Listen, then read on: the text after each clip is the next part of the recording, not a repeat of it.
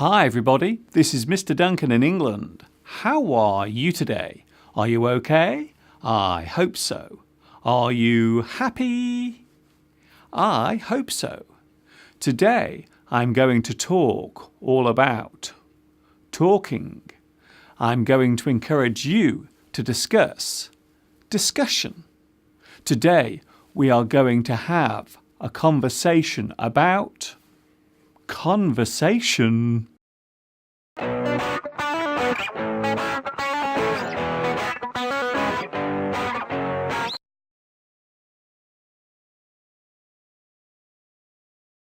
The traditional act of conversation is the sharing of a subject or information verbally. Two or more people talk. They have a conversation. To converse is to talk. Your speech conveys a message. Your words have meaning. You are transferring information verbally. A conversation can be about anything, from a light topic such as the weather, right up to something very heavy like politics or religion. A heavy conversation can become heated, as normally opinions will be expressed.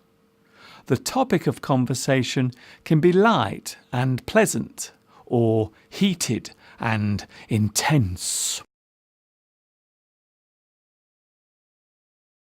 We can chat and converse in many ways. We can talk over the phone.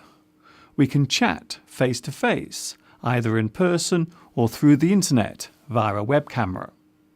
Non-verbal conversations use text. We write or type what we want to say. We can converse on a smartphone by sending text messages to each other. You can send an email to someone. Or, if you want, you can post a good old-fashioned letter.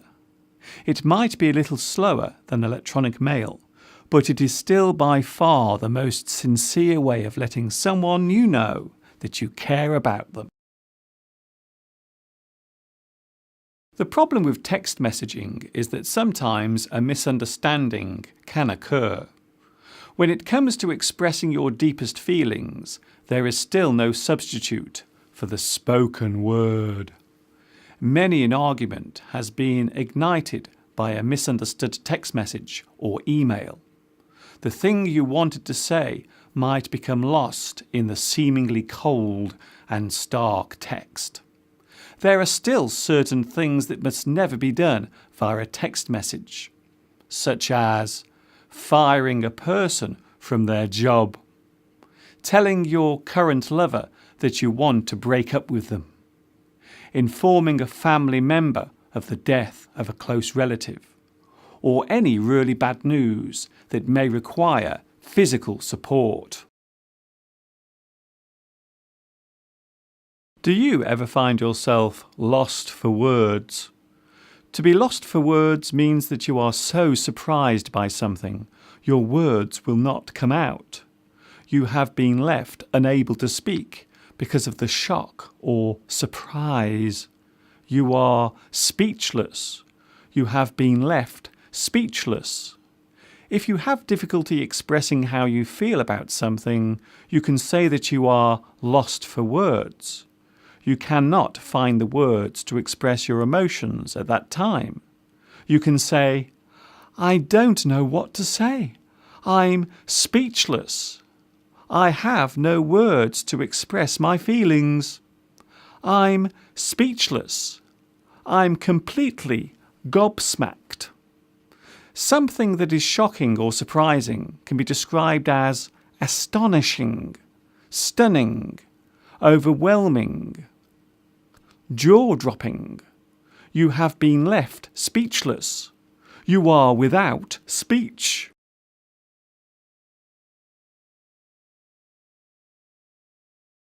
There are many ways of expressing the act of conversation.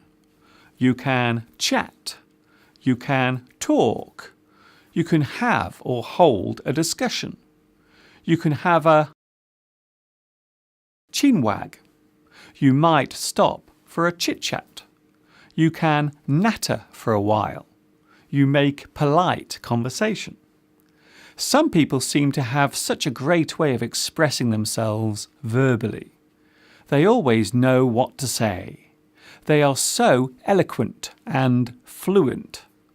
A person who talks confidently, with ease, can be described as having the gift of the gab. They are very persuasive. They use words in such a way that you cannot say no to them. It can also be used negatively to describe a person who talks too much. A person who keeps forcing their opinions onto others might be described as a loudmouth, a big mouth, a motor mouth, or a windbag.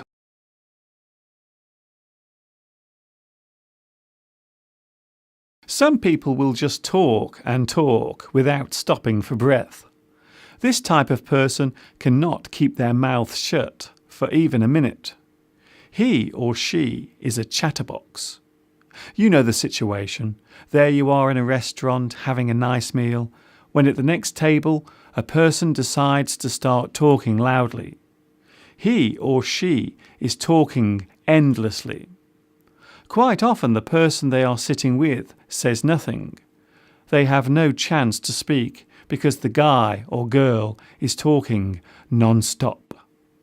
We can describe this as not being able to get a word in edgeways. There is no opportunity for the other person to speak. I would love to say something, but I can't get a word in edgeways.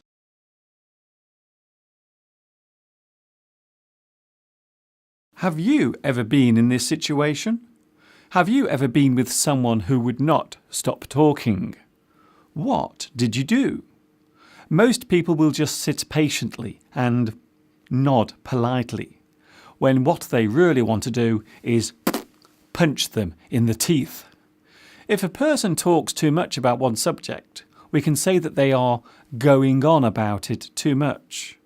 They are going on too much and for too long about that particular subject.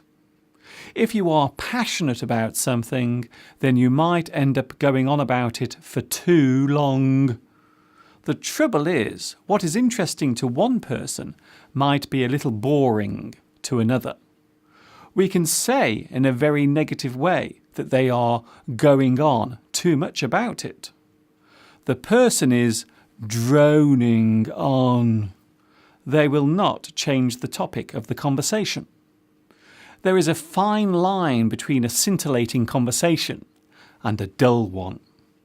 The secret of all conversation is knowing when to change the subject. Do you ever find yourself talking with someone who is obviously not listening to a single word you're saying? They are not hearing a word you say. Perhaps they have chosen not to listen. Maybe you are giving them some advice that they do not wish to hear. It feels as if you are talking to yourself. It's as if you are talking to a brick wall. In fact, you might as well be talking to a brick wall, as clearly the other person is not listening to a single word you say. Oh, I give up.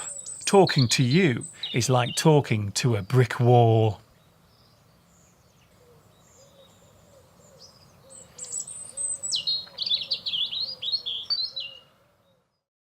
Of course, having a conversation and sharing information verbally is a great way of finding out things.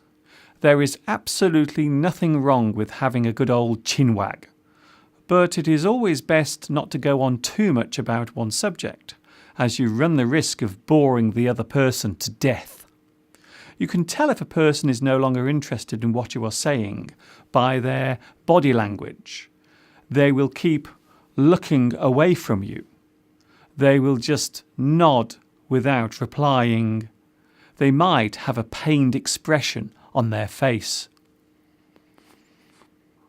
The secret of all good conversation is knowing when to stop.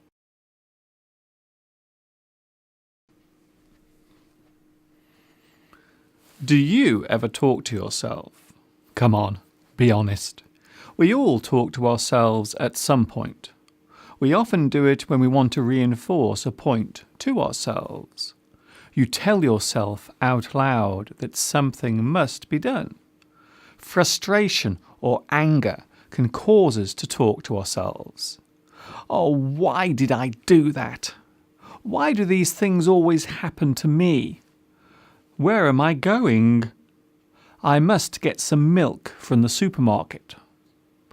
How am I going to get out of this mess? They say that talking to yourself is the first sign of madness. No, it isn't. You stupid man. Yes, it is, I tell you. Oh, you never listen to me. Of course I listen to you. My precious.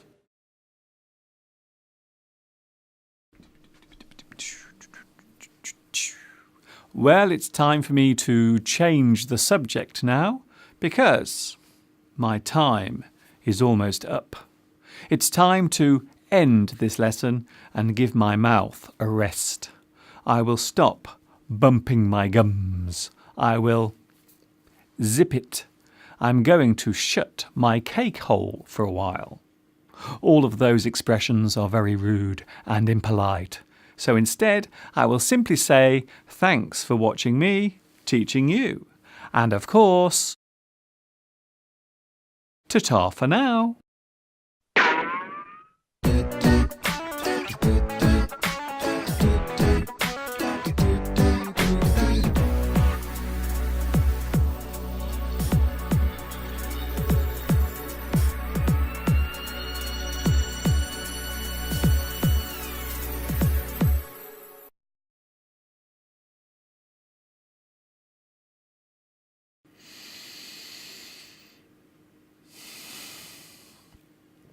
I'm a little worried that punching someone in the teeth is a little too violent. Perhaps I could just strangle them instead.